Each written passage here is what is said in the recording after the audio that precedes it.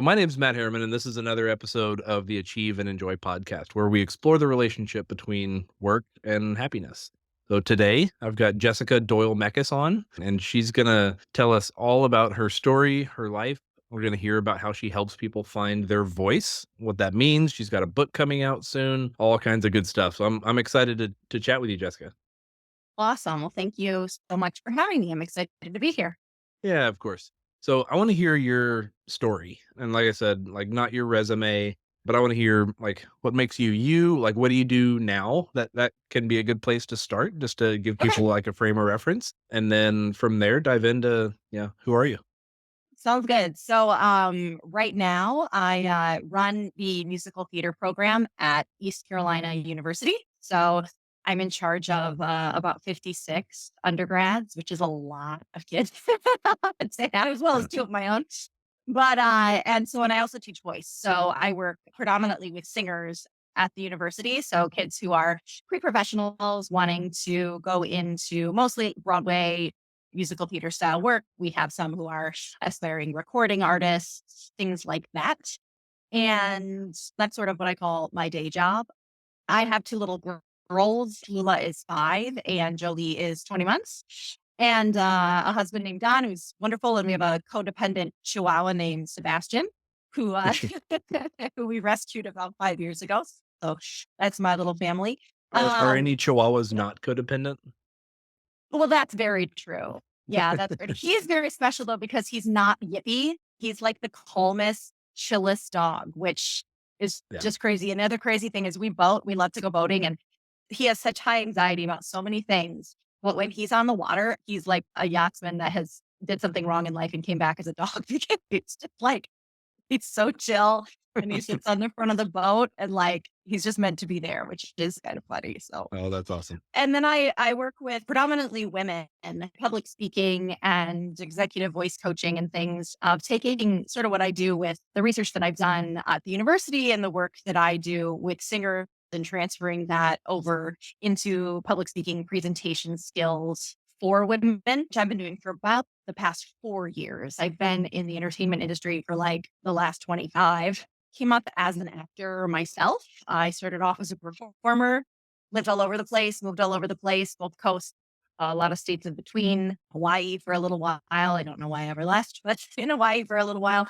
And in South Korea, in Seoul, I worked for a theater company there for 2 years. Seoul is like my favorite city in Hmm. at least that I've been to in the whole world. I would move back. I guess I could. If my family Why? wanted to. I would. So many reasons. It is clean. It is the food, the shopping, the people, the healthcare, the transportation. It's just such a multicultural, which is so funny. It's such a multicultural hub.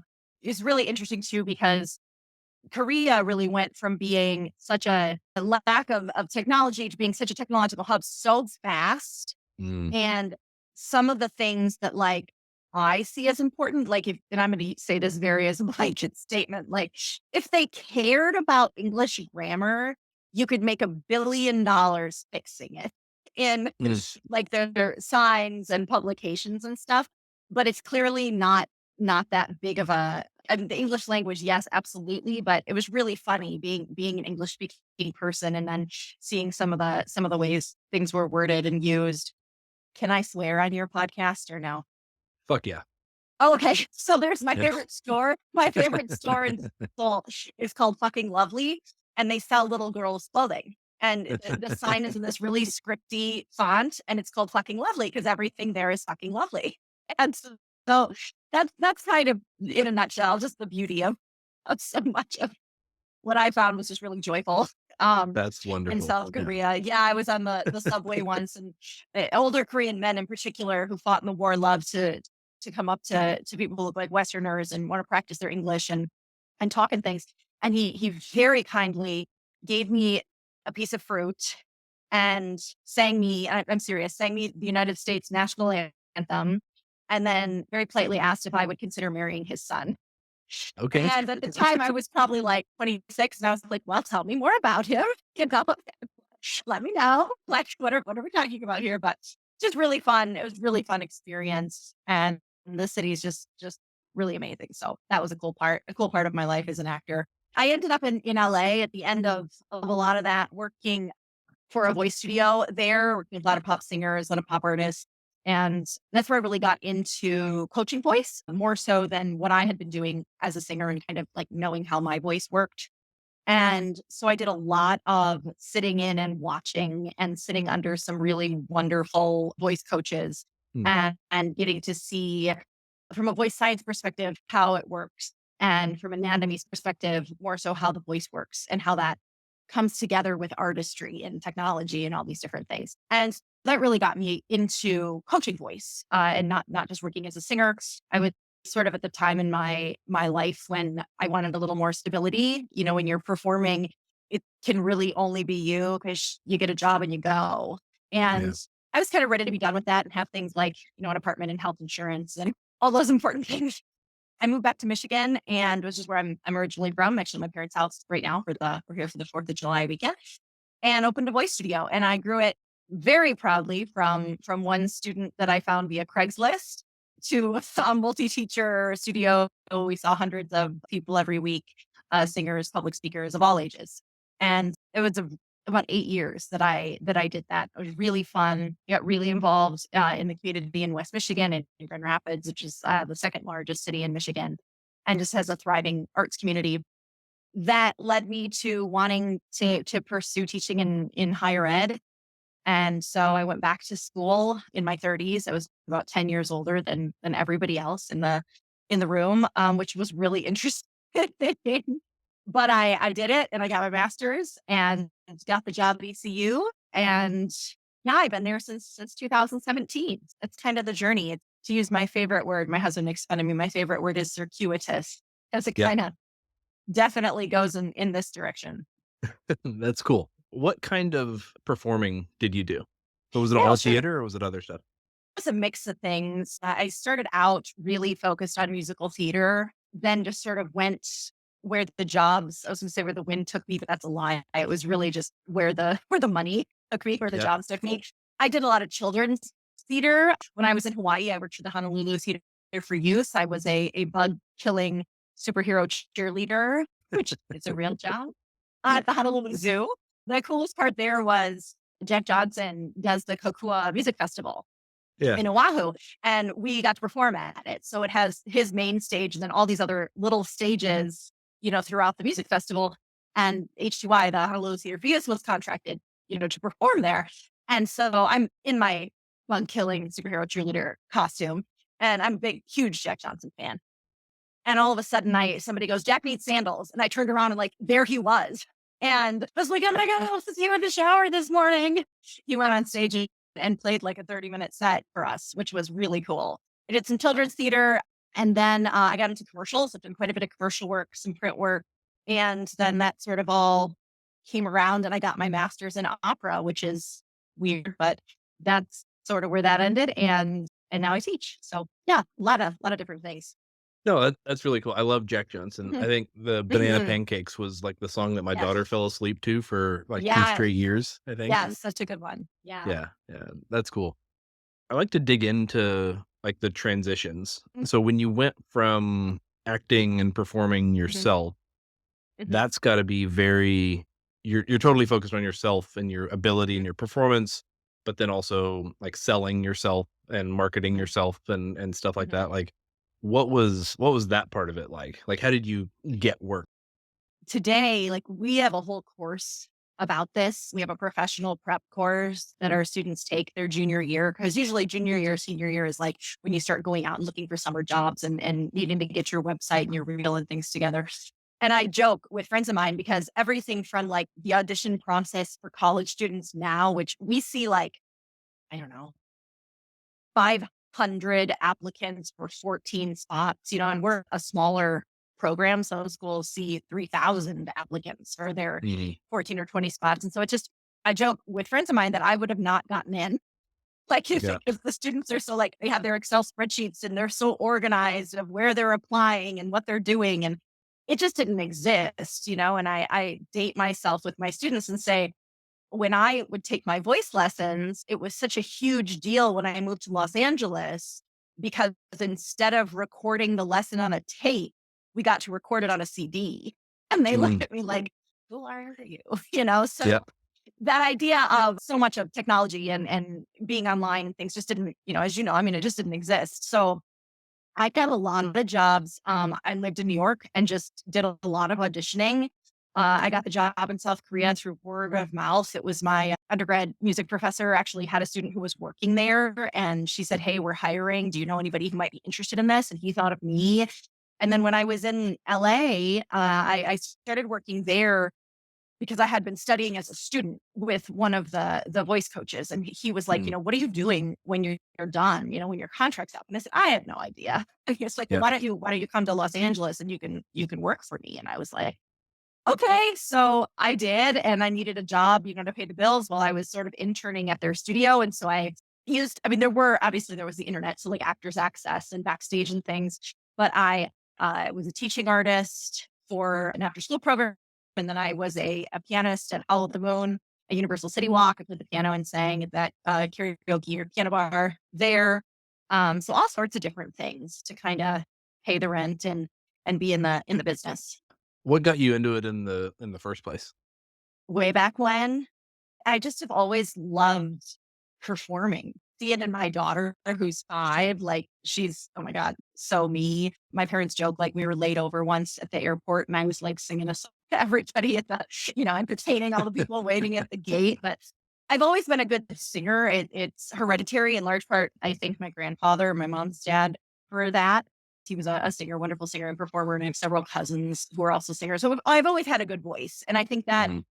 when you're good at something and people kind of Yeah. tell you you're good at it, you sort of go in that direction. And I think I did my first community theater production when I was in 4th grade. I was one of the dozen and Cheaper by the Dozen, and just kind of got hooked. And I just really enjoyed it. I won't say that it was never that I never wanted to do anything else. My husband jokes that we met when I had just come back from Los Angeles to Michigan, and I was thinking of starting my voice studio, but I also was like, I don't know. I'm not sure if I can make it work.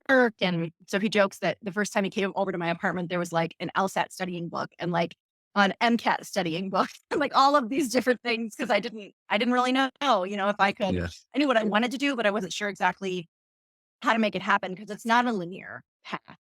Yeah. Like more traditional roles are. But I've just always really, really loved singing. I've really loved performing. Mm. And I feel really lucky.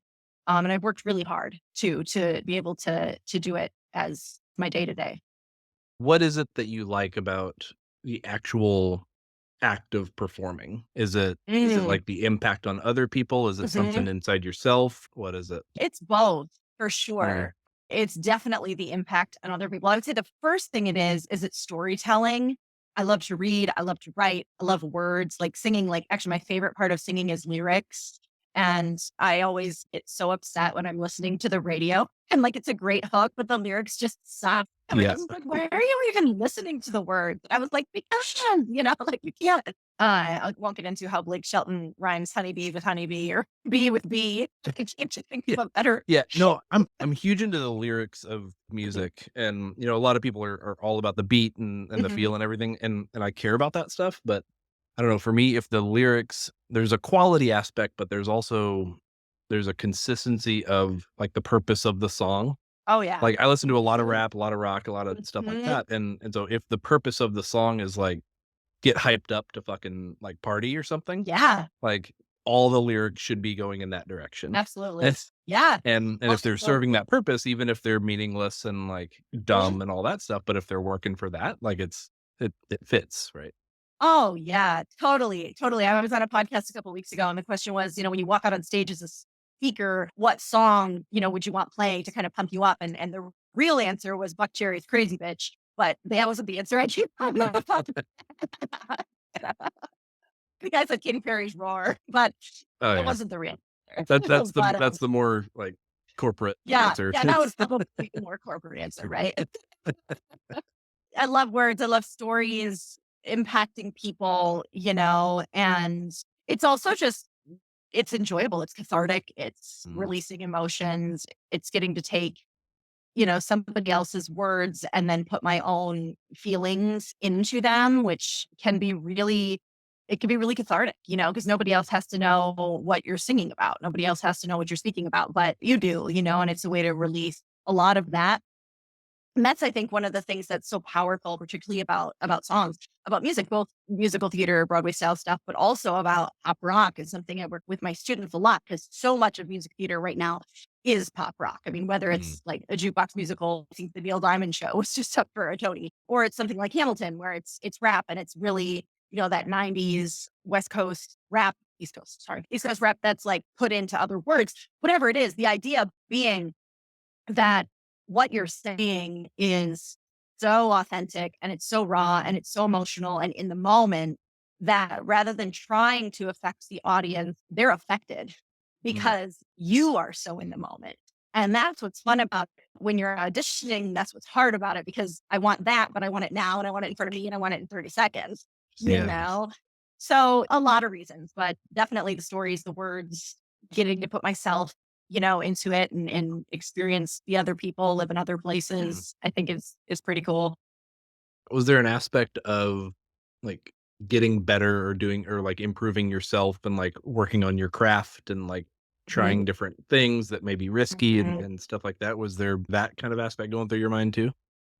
Hugely. The biggest one is when I went to grad school. So I've had a career before I went back to school. Like, I mean, I've been working professionally for more than a decade. And I mean, I knew I was good at what I do. And Mm, singing classically is an entirely different beast. And I really went to get it for a couple of reasons. One was purely logistical. I wanted to get my master's because I had to teach in higher ed.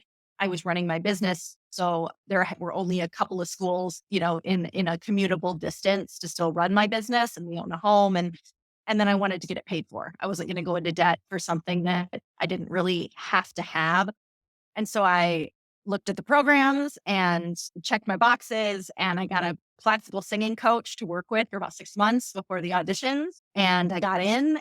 And my voice teacher, who is a wonderful friend and mentor of mine now, she's like, so, what other rep do you have? What other songs do you have? And I said, I have the ones I auditioned with. I mean, yeah. that's it. That's all I know. It's all I have. And so the first whole year of my master's was so humbling because she had to remind me. So she's just, you're a good singer. And I was like, I know, but I don't know how to do this. And Mm, the muscle memory, was so ingrained in different ways.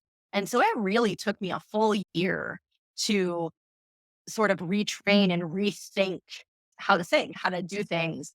And I think that's such a huge lesson for me and for my clients and students in life. I talk about the American Idol effect a lot, that when American Idol came out, everybody was a singer, right? Everybody yeah. was like, my great Aunt Nancy thinks that I do a great Jolene. So I'm here in line because, I'm meant to be, this is meant to be. And like anything, being really great at singing, you want to make it sound like it's effortless, and you are constantly making little adjustments Mm, to make it seem like it's effortless, which is the same thing. It's a golf swing or a gymnast or whatever it might be. But when that show came out, it was like, oh, everybody's a singer and everybody can do it. And everybody, and it just, I was like, yeah, no, so not true. And even the greats, even Jennifer Hudson, who's so fantastic in this, it would be a disservice to her just say that she doesn't work her ass off, mhm. to make herself better and to keep her voice in shape. So I played sports growing up, and Mhm. so, like, when I hear the word performance, that's what used to come to mind was sports. It's like athletic Mhm. performance. I'm sure there's some parallels with, the pressure and the emotions that are coming up and, Mhm. like, all of that stuff, but then the results of it in sports are usually crystal clear. Like, there's luck Mhm. involved in all that stuff, but Mhm. you win, you lose, you fail, you Mhm. succeed, like, all of that stuff is Mhm. pretty clear. How how did you judge, how well you did on a Yeah. performance? So that's hard. And it's something that I think you have to really come to grips with, very, very similarly to being, in the corporate world or going in for an interview where there's not a rubric. It's not how many points did you get and how many points did the other team get, right? It's really subjective. And so I think in an audition situation, because as a performer, your job is auditioning because every show Yeah. closes eventually. I mean, Phantom even even just closed. So everything closes, right? And unless you're one of a handful of people who are kind of like I'm invite only, I don't audition. You're right back out there, said submitting self tapes and pounding the pavement and auditioning and things. And I think you have to really realize within yourself, like the only thing I can control Mm. is me. Like the only thing I can control is how well prepared I am. And I can do my research, on, again, just like you would in any other sort of interview situation. I can do my research on the director and on the casting director and who have they used in the past and what other shows have they directed and who wrote the music and what other music have they written and how can I sort of align myself? How can I know my audience basically? And so you can do all of those things, but at the end of the day, the only thing you can control is what you do when you're in the room and then, or when you're on the stage, and then you have to let it go. And that's a really hard thing. And it can also be a really freeing thing because then it really is, it's not me, it's you, right? Like Yeah. if I'm not what you want, and that's such a huge thing in theater is, and this, I tell my students, sometime in your 4 years, get on the other side of the table, assistant direct. So you can sit in there and you can really watch and see all of the different decisions that go into how do we put this cast together. And Mm. very rarely is it just talent, and very rarely does it go the way we think it's going to go. Yeah. In fact, I've said it on every show that's been cast at EC in the last 7 years, and never once. We don't do a show unless you have a couple people that can play the lead roles, right? Never once has it ended up being the person that we thought it was going to be, and that's really thrilling too. When somebody comes in and it's Mm. like, oh, okay, So is it yeah, more of like a fit for the role thing as totally, opposed yeah. to like how good they are Yeah. at? Yeah, it's a fit for the role, it's a fit for the cast as a whole, because 'cause you're Mm. creating this whole world, right, or the director's vision for this whole world. It's things like chemistry, if you have 2 people that have to play opposite each other in a romantic way or in a whatever way it might be, like a villain and a hero, whatever it is, they have to have a certain amount of chemistry. I mean, you have to look at physical things, if you need, if the show references a certain character being short, they kinda have to be they kind of Right. have to be a certain height, right? But we did a show a couple years ago, and the lead role is played by it's a pants role. It's played by a woman who's dressing as a man, and that's the show within a show, and that's known. And we had a couple of really tall, lanky women in our program, and it was kind of like, okay, yeah, that's probably who it's going to be, because it's believable. And this woman walked in, and she's probably 5'2" and like all curves. She wore a suit. She put her hand in her pocket, and we were just like, well, fuck, there it is. She just had the Like mannerisms and like she just had it. Yeah, she just had it. She just brought the energy and, had the talent to back it up. But it so wasn't what we thought it was going to be. And that's really exciting too when that happens. interesting. I want to go back to a couple of things that you said. So one was when you say you going in for an audition, you research the casting Hmm. director and you think about Hmm. like what are they like, what are they not like what's the Yeah. role, all of this stuff, and you kind of adapt yourself a bit to them. Hmm. And then also when you mentioned you have your corporate friendly walkout song as well Hmm. as your real Yes. one, how do Yeah. you find that the balance of adapting yourself to others while still staying yourself? As a performer, I think part of it is there's a couple things. One is the big thing is like song selection. Like, what do I sing? Okay, well, if I'm going in for the Sound of Music, I'm probably not going to sing a song from Rent, right? Or I'm not going to sing a Yeah. song from Wicked. So it's sort of style in that way. It's knowing, okay, this is the part of me that I want to showcase. This is what they're looking for. And this is something that I tell my students, my speaking clients a lot too, is you have to know what you're good at. And I think in all instances, but particularly in academia and in performance, it's totally based on critique, all about feedback. It's all about improvement. It's all about constructive criticism. And that's all great. But I think I was 22 when I first remember somebody actually sitting me down and saying, okay, what are you good at? And I was like, what? Like, I'm supposed to be able to answer that question? Like, I can tell you what I need to work on all day Yeah. long, but like, what are you good at? And I use that moment in my brain a lot because it was so sort of earth shattering for me. And you have to know, right? Because how else are you supposed to, one, capitalize upon it and showcase it? But two, how is anybody else supposed to like think that you're great or want to work with you? Same thing with coming in and apologizing right off the bat, which I see singers, actors, public speakers, students do all the time of saying, I'm sorry, I'm not feeling the greatest today, or I'm sorry, this might not be very good. And my answer is like, okay, so you went to the last like Meryl Streep movie and the credits roll and it's like starring Meryl Streep. Sorry, this might not be your best work. Like, well, Yeah. wow, I want to see that movie. It's knowing what you're good at and it's being comfortable walking in like I'm the best, I'm the best singer in the room. And not nobody else has to know that you're thinking that, but having that energy behind you Mhm. where it's like, yeah, I know I'm good at this. And that's why you should hire me or that's why you should cast me. I forgot what your other question was. It was something about, No, and Good. certainly, but well, I think you answered it. I think yeah, like knowing what you're good at is a huge part of it, but then like adapting to other people, and you are yeah, changing yourself a little bit, but how do there we you go. Yeah. not go too far with it? What I find is it's knowing who you are and what you're good at the core of yourself, but it's also then choosing the pieces of that to put forward in that moment based upon the audience, right? So, like my song, if I was going in to talk to a corporate audience or something like that, yeah, I'm gonna use the roar, right? I'm gonna use the song that I also like and it totally shows off part of me, but that's the part that I think will connect and is appropriate for that moment. It's the same thing in performance. If I'm going in and I know I'm auditioning for a children's theater, I'm auditioning for theater for young audiences, I'm probably not going to bring in the monologue that has 4-letter words in it, right? Right. Even though it's an awesome monologue and I love it and I kill it.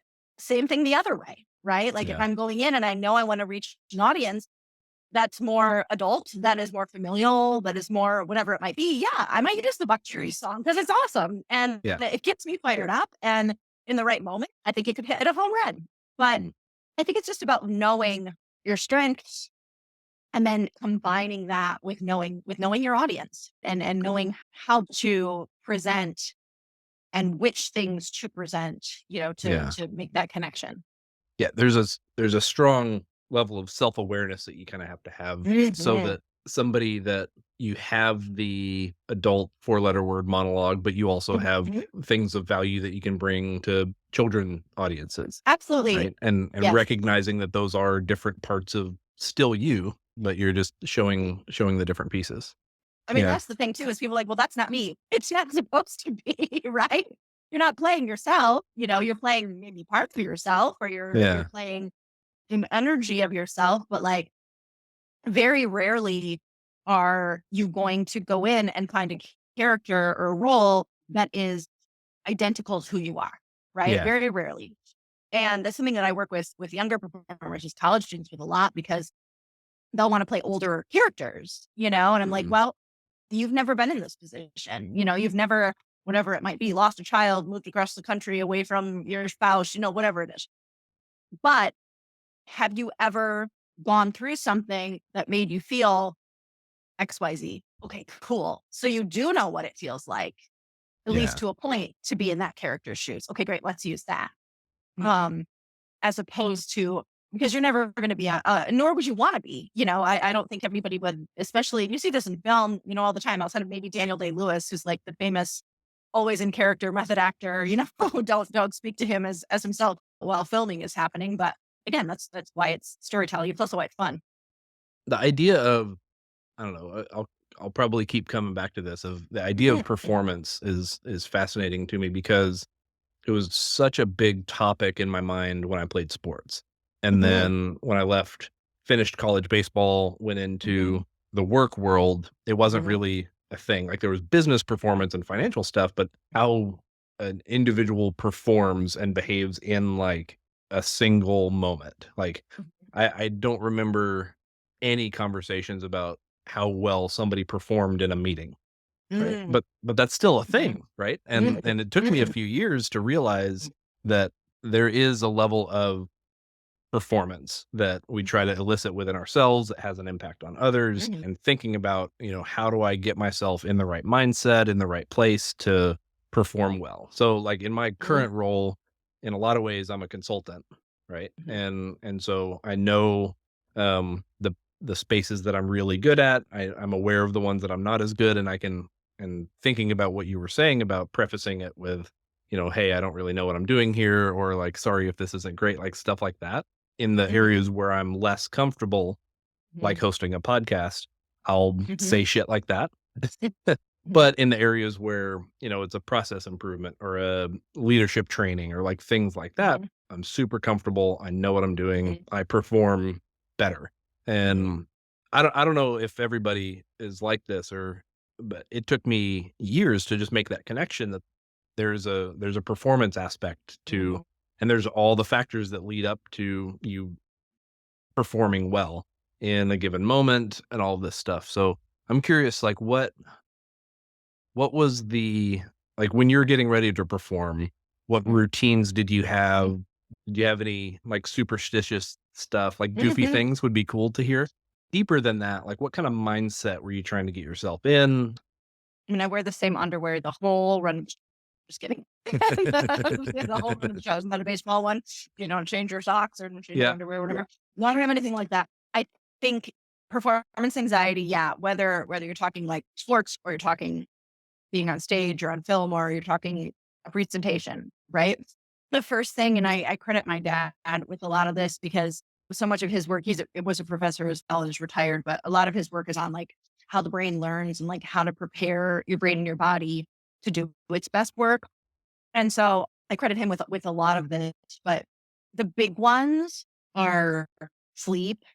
And it sounds like sleep, eating, exercising, hydrating, right? It's like the basics that your mom tells you. But they're kind of the first things that go out the window when we get busy. I mean, I'll be at work, it's like it's 2 o'clock and I'll have to eat and it's a cup of coffee and a handful of goldfish. Like maybe I should be doing better than that. And so I think knowing how much, in fact, I did a research study in 2018, I think, at the University of Performance students, because in performance programs, like in athletics, it's huge. One is a heavy credit load, but two, like all of their additional stuff is after school. It's like we rehearse 6 days a week from like 6 to 10. And then they have shows. I mean, and this, just like if you're an athlete, like it's nonstop, and then just like you'd be in the weight room, they're in the weight room or they're at dance class or they're, so it's really physically and academically demanding to Mm, have that as your major, as part of your life. And so my research was on, okay, one, how are you using your time? Are you sleeping? Are you eating? How much coffee are you drinking? How much water are you drinking? And then two, do you have any kind of awareness of the effects, particularly the negative effects that these things or not doing these things has on you? And the overwhelming results were that they weren't sleeping or eating or drinking enough, yeah. particularly when it was performance time, right? So really when you wanted it the most was when they were because and I get it because I did it. You're busy, you're rehearsing, and then you're trying to balance your homework and your social life and all of these different things. But the other part of that was they really had very little awareness of the real impacts that those things have on your creativity and your decision making and your focus and your concentration and all of these things and your voice, as a singer. And so for myself, I've really ingrained that as best as I can, having 2 little kids, to like, particularly when I know something important is coming up. Like I just did a concert beginning of June, and the 2 weeks of rehearsal leading up to the concert were pretty strenuous. And it was like, okay, I need to really prioritize sleeping. I need to really make sure that I'm drinking water. I need to really make sure that I'm eating and doing all of those things to keep myself in shape.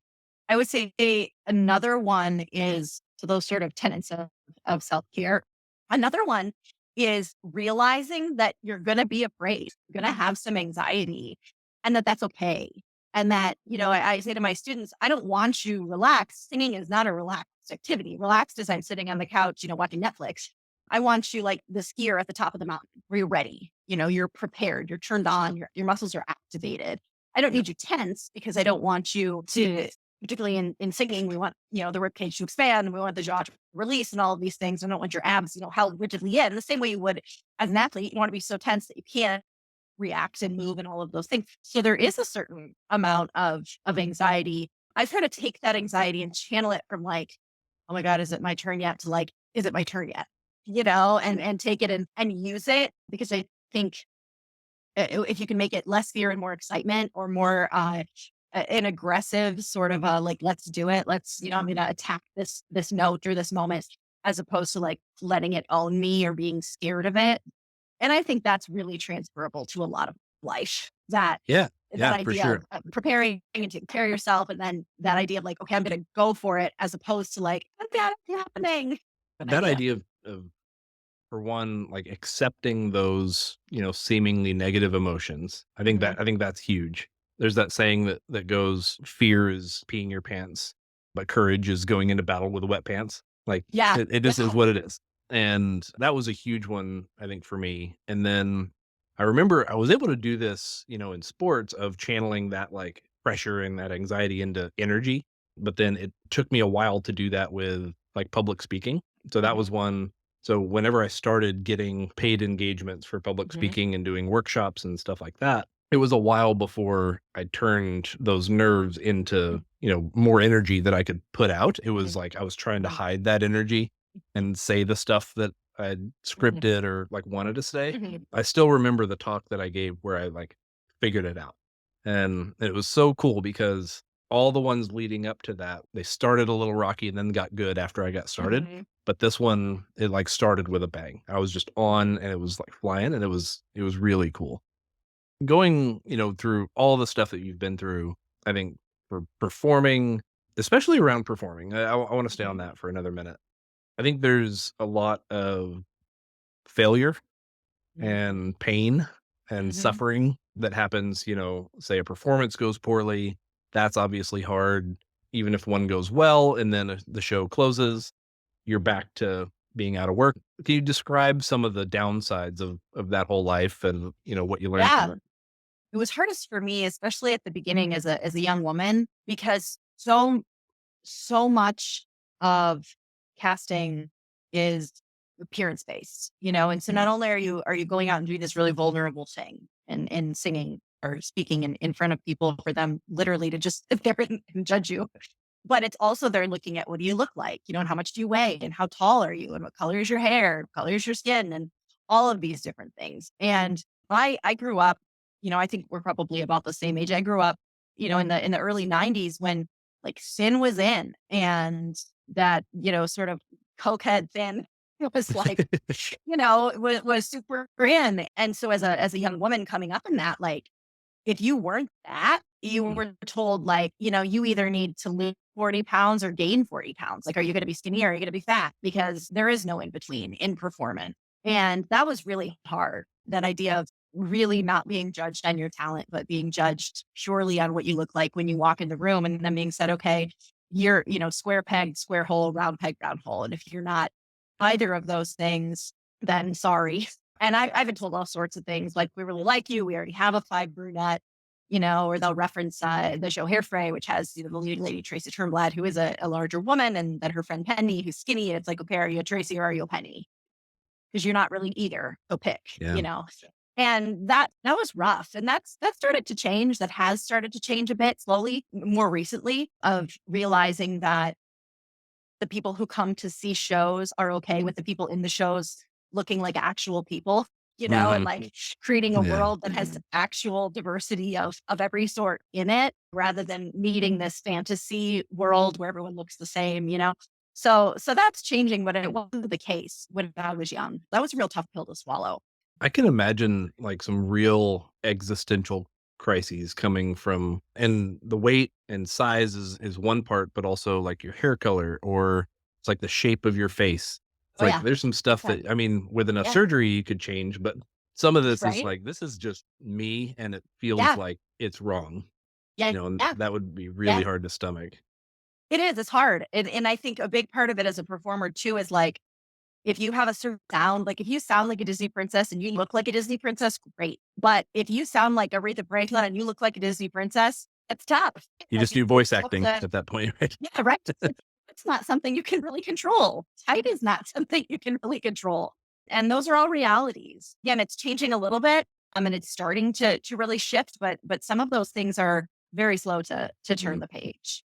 You get told to know a lot.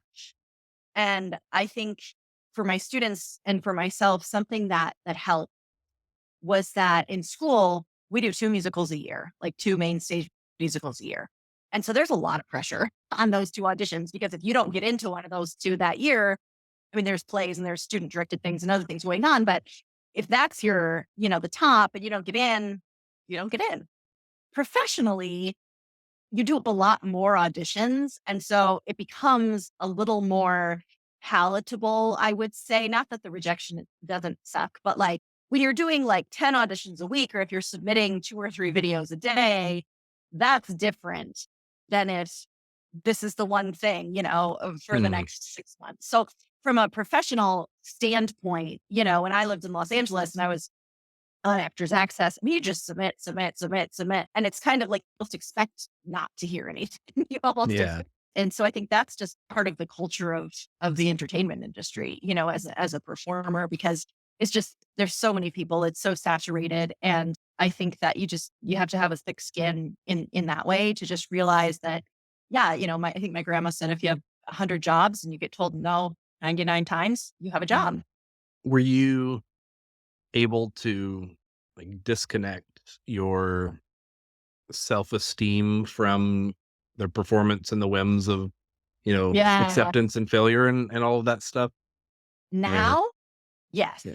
Yeah. I would say now, as an adult woman who got some life behind her, yes, absolutely. As a 20 something, not as much. It was really hard sometimes. I see that in my students so much. They take so much critique personally. And it's like, Mhm. no, I'm not talking about you. I'm not coming for you. I'm talking about X, Y, and Z, or this choice, or that I needed someone to do this and you were doing this. And it doesn't mean you're not talented. It doesn't mean you're not doing a good job. It doesn't mean Mm. that there's something wrong with you. It's just in this moment, I needed an orange and you're a banana. Right. That's it. And that's a hard thing to swallow. It's so subjective because it's really based upon the director's vision and what the production company needs. I had a friend who was up for a large role in a Mike Myers film and was offered the role, but hadn't, signed a contract, was verbally offered it. And then it was taken away because Mike Myers' agent said, if you're going to get Mike, I want somebody from my agency, in this role, or I'm going to pull Mike. And well, that was that. Yeah. So I think there are so many things, there's so many factors that go into getting cast and being the person that is needed. I was once told that it's timing, talent, and luck. And I think it Mm. is. It's being there at the right time, or having someone to your network, to open the door for you. It's having the talent to get yourself through the door. And then it's, being really lucky that those two things align Yeah, and I mean your network and the timing usually. is luck also. Yeah. And Yeah. Yeah. It's there's true. there's a It's lot of true. that. Yeah. I found that like on the business front with, whether it's clients or with when people don't work out for a job, people that we've Mhm. had to like let go or, all of that kind of stuff, it could really easily be seen as a failure, but usually almost every time it's a problem with fit. Like they Mhm. didn't perform well because it wasn't the right job for them. And there's other jobs that are just as good but Mhm. weren't the right fit. And same thing with Mhm. like clients, even, when my partner is selling software to a company or like my old company where a customer would get rid of the software. It Mhm. was usually because it wasn't the right fit. Sometimes it sucked, but, like, usually it was because it sucked because they were trying to use it for something it shouldn't have been used for Sure. or stuff like that. I Mhm. think the same thing happens with people. How did you learn to balance that? Like, was it Yeah. just enough repetitions and enough times getting kicked in the dirt Yeah. to, like Yeah, I think it's a little bit of both, I mean, I think it's a little bit of your skin thickens up. It's having a really good support system. I have a close group of friends that I've had, some of them since I was 5 years old. A lot of them are performers too, and we really lean on each other. I have a friend now who's out on a tour, and she's, I mean, an adult and in her 40s, and there's been so much drama on the tour, and she's just like, "What am I doing?" Like, "I really want this," but I think having a support system, particularly of people who get it, and people who understand, because being a performer is really niche. I think there are a lot of ways that the skills of being a performer branch out into other things, but that day-to-day grind of living it and doing it is pretty unique. So having people that understand that becomes really important. I also think it's knowing, when to step away. COVID was that for so many of my Yeah. friends, like, the great New York City exodus. It was for so many of them. And for myself, it was, I mean, I still perform, but it's not obviously not my main focus anymore. And that was just lifestyle. It was Mm. just knowing that my goals and what I want for my life has shifted. And I'm going to have to figure this out because I still want it to be part of my life, but it's not going to be able to be the whole thing anymore. And that's big, particularly when you've focused on something for so long, that you've chased it for so long. And are there goals that I didn't reach as a performer? Yeah, absolutely. But then new goals come and new things shift. So I think that's a big part of it too. It's doing it and developing that thick skin. It's having a support system and it's knowing when it's not serving you anymore. How did that transition go for you from individual performance to Mhm. helping others perform? One, I've always loved learning and I've always been interested in different things. And so I got really into voice science, got really into the anatomy and physiology of how things work and was really fascinated by it. And then the excitement and the joy that I found as a performer, I really found in watching people get it, and being Mm. like, wow, I gave them the tools to do something that they couldn't do before. And now they're out there killing it. And it was the same from like my very first student who, when I owned my own studio, who was this older gentleman who was just so scared to sing. By the end of working together, he had formed a band with some friends and he was, playing his guitar and they were jamming. Was he a professional singer? Not at all. But it brought him so much joy to be able to do that, and that's what he said when he came to me is he's like, I just don't want to be terrified to sing anymore. And it's also really cool when your students do awesome things. I mean, I have students on Broadway right now, which is really cool, and recording albums and stuff, which is neat. So I found a lot of the same high, a lot of the same energy and Yeah. joy in helping others succeed. Yeah. And then I still get to scratch the itch. I still do one or two things a year. But oh my God, I don't know if it's like this for you, but for me, like having little kids, if it is not a matinee, it's like if it's after 8 p.m. not happening. It fits my time of life. I remember when I went from an individual contributor to becoming a manager, like Mhm, there was a period in there where, yes, I was helping people, but I felt there was this gap where I felt like I wasn't doing anything mhm, because I wasn't producing mhm, things myself. I was helping other mhm, people do things, and that mhm, was good, but I felt like mhm, there was something missing, like I wasn't doing enough or I wasn't mhm, doing, like, real work. mhm. Yeah, I think that was a fear that I had at the Sure. time, and I don't think that I've valued how important it is to help people and, like, to have help and to get some Mhm, support to like, it could be a tiny little thing that I said, but if it transforms somebody from, mhm, like you said, a place of fear and uncertainty to mhm. one of fun and joy, like, that's huge. Yeah, it's huge. I have a couple letters that students have written me over the years, and one is on a note card. And I mean, she's literally a high school student that I worked with, and it was just saying thank you for guiding her and such. And I just keep it in my wallet because Mm. sometimes you need it. And I can. Yeah, I've gotten yeah, I never throw those away. I throw everything away, but not those. Talk about how you're helping women now and Sure. some of the coaching that you're doing in that part of the business. Yeah. So I got into that. I mean, about 4 years ago, and the idea really just came from my friends. My friends were not performers, and just going through things in their life where it was like, okay, I need to go in and have a conversation with my boss about X, Y, or Z, or I have a problem, but I don't know how to do that. Nobody teaches you how Mm. to do those things, and so I would just sort of give them advice or work with them just casually, as friends. And then sort of, I call it the very, very faint silver linings of the pandemic was we all went online, everything went online.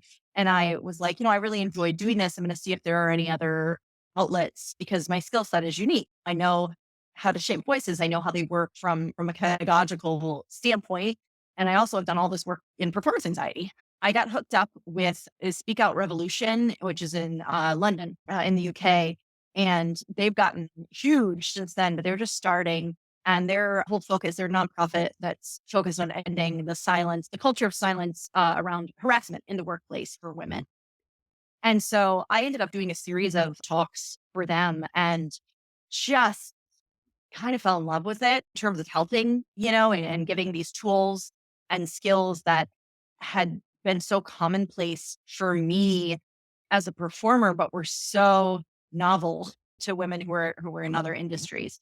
And so that kind of branched out. I worked with Amazing, which is also in the UK. I don't know why I was so connected with the UK. at the time, but it was. That's how networks And work. You know? yeah, right, exactly. And so also have grown exponentially, which is really exciting. But Alex Knight, who started it, wanted to show girls that there are real women working in STEM, and create this mentorship thing. And so I did some work for them on speaking up and, using your voice being in a male dominated industry.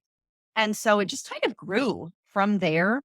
Yeah, has become such a passion of mine and taken over a lot of my free time on purpose. And been just that idea of change and of social justice and of helping women and in that way and giving them tools in that way has been that same sort of really high for me as working with a singer, and just really enjoyable and really a way to give back that I've found that seems to be really needed. Why did you write your book? A couple of reasons. One, I just always have wanted to write a book.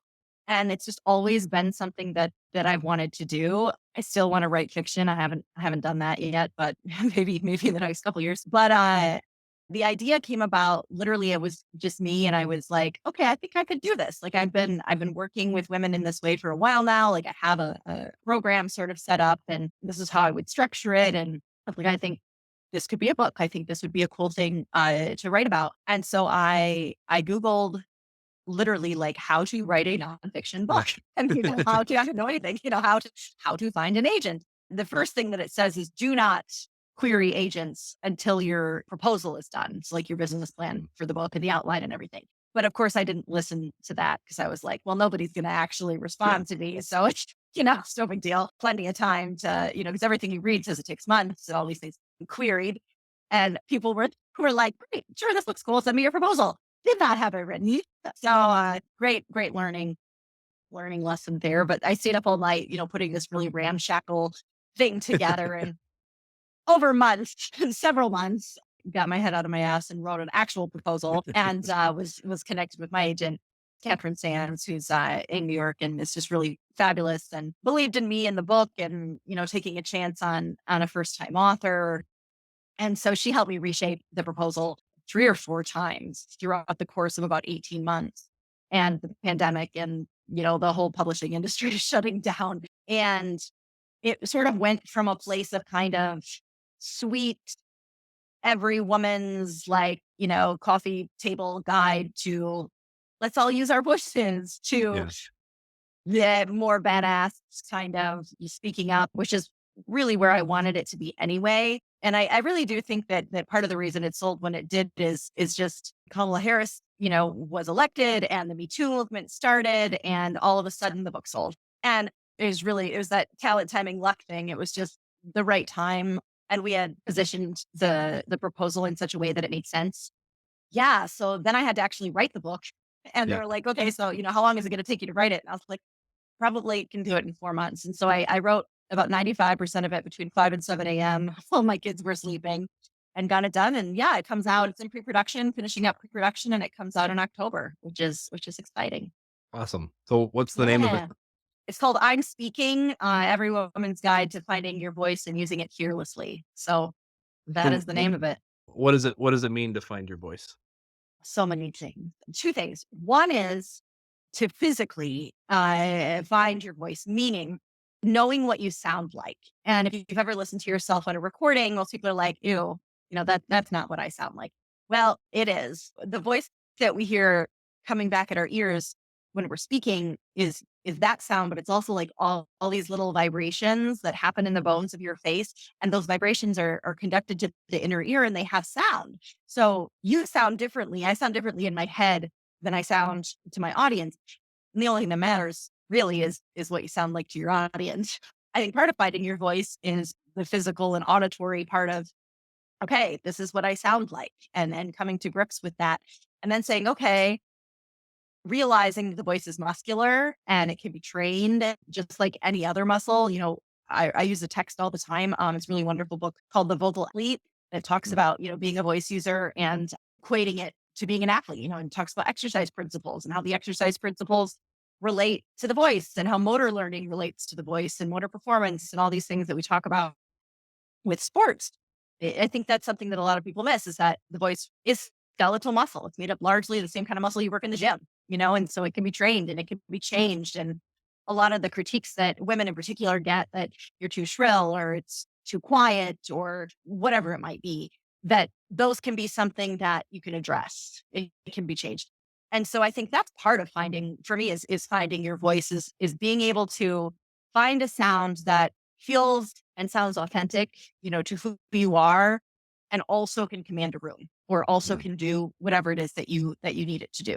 And then I think the other side of that is finding that internal, sort of that I talk about the external voice and the internal voice, is dealing with the voice in your head and dealing with the performance anxiety side of things. And whether it's the courage to speak up, whether it's, speaking for someone who can't speak for themselves or is perhaps, afraid to speak for themselves, speaking up for what you believe in, listening, being a huge part of Mhm. that, listening, to other people. So those are sort of the two things that I really think of when you say find your voice. What does it not mean? Oh, what does it not mean? Okay, here's what it doesn't mean. What it doesn't mean is bulldoze.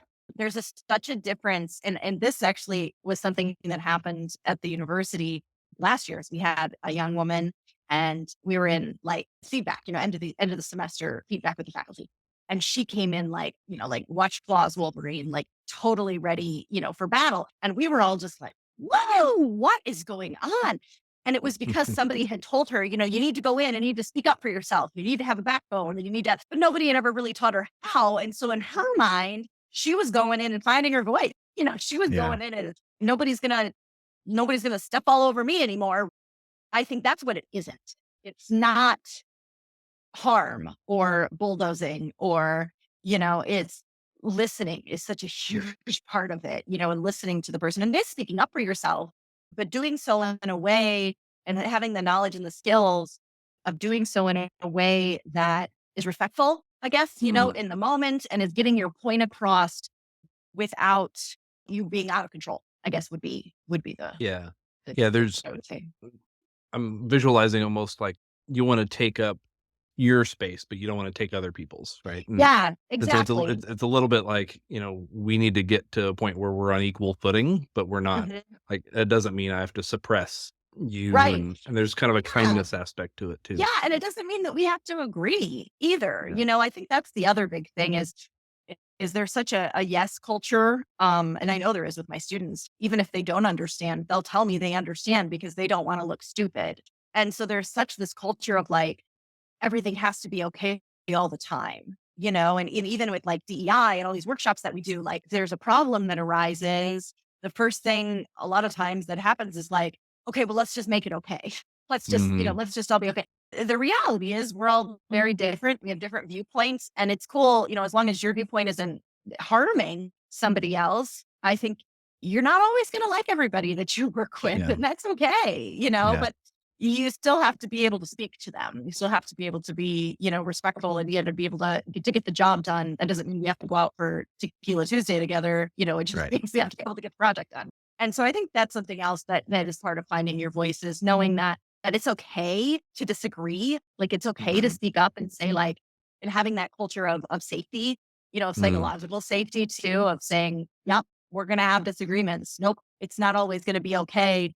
But that in and of itself is okay. Yeah. There's a lot of stuff that, I certainly didn't realize before, and I think a lot of people don't, is that the environment in a workplace is much, like, less psychologically safe than people realize, and Yeah. especially for women in, Mhm.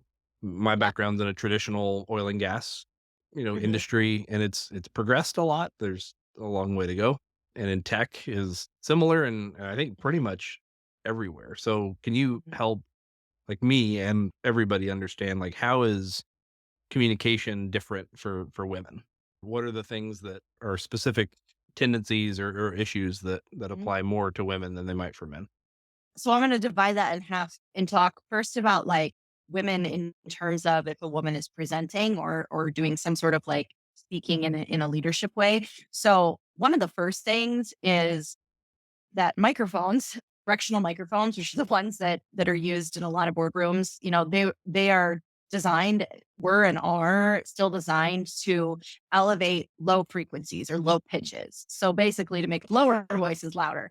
And they don't do as much for higher voices, which is something right off the bat that women, have to deal with. And a lot of women are coached, lower your voice, lower your voice. You'll sound more authoritative because the gold standard of authority is male, right? The So patriarchy is even yeah, inside the microphone. it's even inside the micro. Yeah, and it's Yeah. on a lot of Bluetooth too. A lot of Bluetooth mic, the radio. And this dates back to like the 1920s. That when frequencies were being sold for the radio, like they're expensive, and so radio stations only bought the ones that they thought they were going to need. And obviously, high voices are never going to be on the radio, and so the ones that are there amplify low sounds, and they make higher sounding voices sound tinny or sound nasal. So I think that's something to just be aware of. A lot of that can be mitigated if you're having a female speaker, if you're having, a woman who's going to be presenting, by having an audio engineer, and having Mm, somebody that can adjust the frequencies and adjust the sound so that it will amplify her voice. It can be sometimes things like having a step stool or having something where she can get right up to the mic, if it's someone who's more petite, so that her voice can really be as close to that microphone as possible. So physical things like that. Those are some of like the technical things with women and presenting. I think on a like in a meeting or an interpersonal way, one of the things that I have dealt with, one of the things that I think a lot of women deal with is this idea stereotypically that women are supposed to be kind and we're supposed to be nurturing and warm. And not that there's anything wrong with being those things, but that often I think makes women more concerned with being liked than being heard. And I think from experience on that, I talk about this in my book, but I was at a meeting and one of the people on my faculty had said something that was just incorrect, and it was something we had sort of talked about previously. And I said, no, I'm the head of the voice department and this is the way, mm, this is how this is, this is what the science says and XYZ. And so I called him out on it. And I got done and I just had hives, all the way up to my neck. And I immediately like texted my friend who was in the meeting and I was like, was what I said okay? And was that too much? Was that whatever? And I look back on it and I'm like, what was I doing? Like why did I care? Like why did I care so damn much, about what he thought about me mm. when I was in the right. I was in the position of power there, and I didn't say it in a way that was rude, at all. I just made my point, and I had this huge reaction to it. Mm. And I really do think it was because there might be a chance he might not like me, Yeah. after this. Or people are going to think that I'm mean or I'm whatever. And I think that's something that women have to deal with a lot more than men do, simply because of the stereotype and because not even a stereotype, because of the conditioning that our culture has of what a leader is supposed to be and what a woman is supposed to be.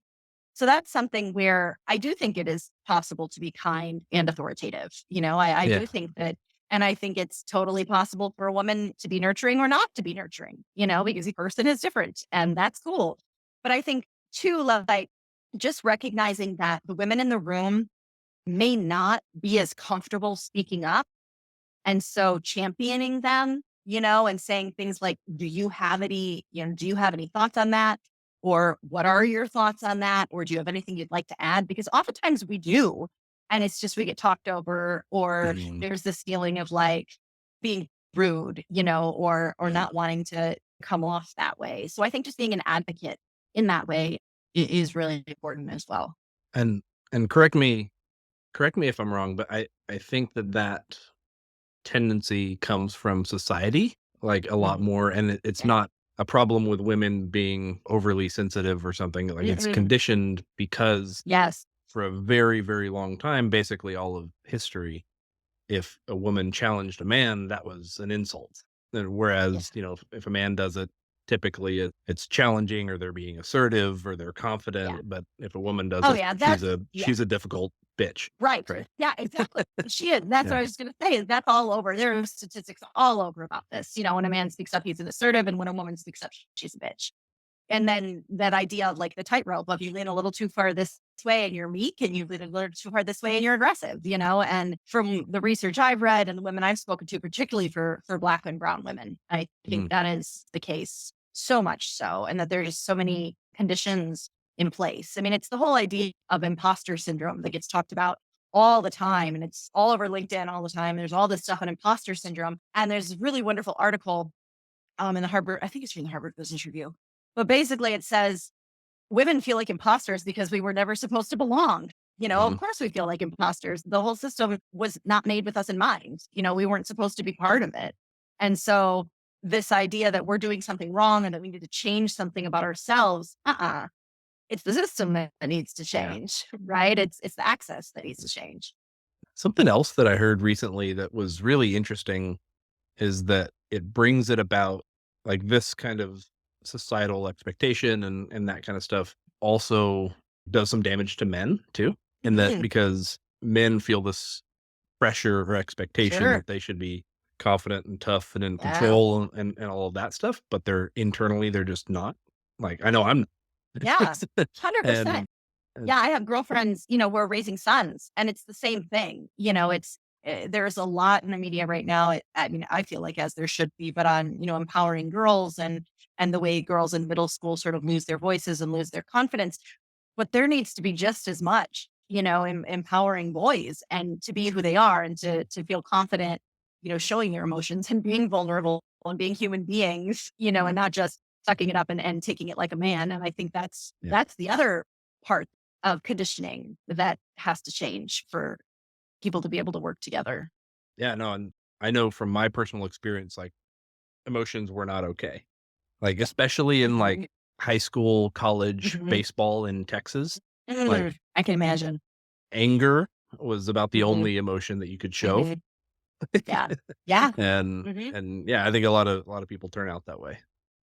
If people wanna hear more about you, follow your work, get in touch with you, what's the best way for them to do that? Sure. So they can do it through my website, which is just my name. It's Jessica Doyle-Mekkes, all one word.com, or find me on LinkedIn. That's probably my biggest social media platform, which is again just my name.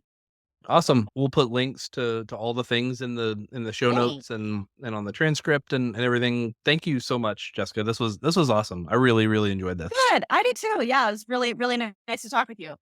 Yeah, I did not expect the bug killing superhero cheerleaders to make an appearance or Buck Cherry. Like, that took me Right? back. Right. I love that stuff. Thank you so much to everybody listening. So we're on YouTube, we're on all the podcast platforms. Subscribe if you're on YouTube. Follow, myself, Jessica, Pod2, LinkedIn, Twitter, and you can find more on pod2.co/podcast. And I hope you enjoy your work this week.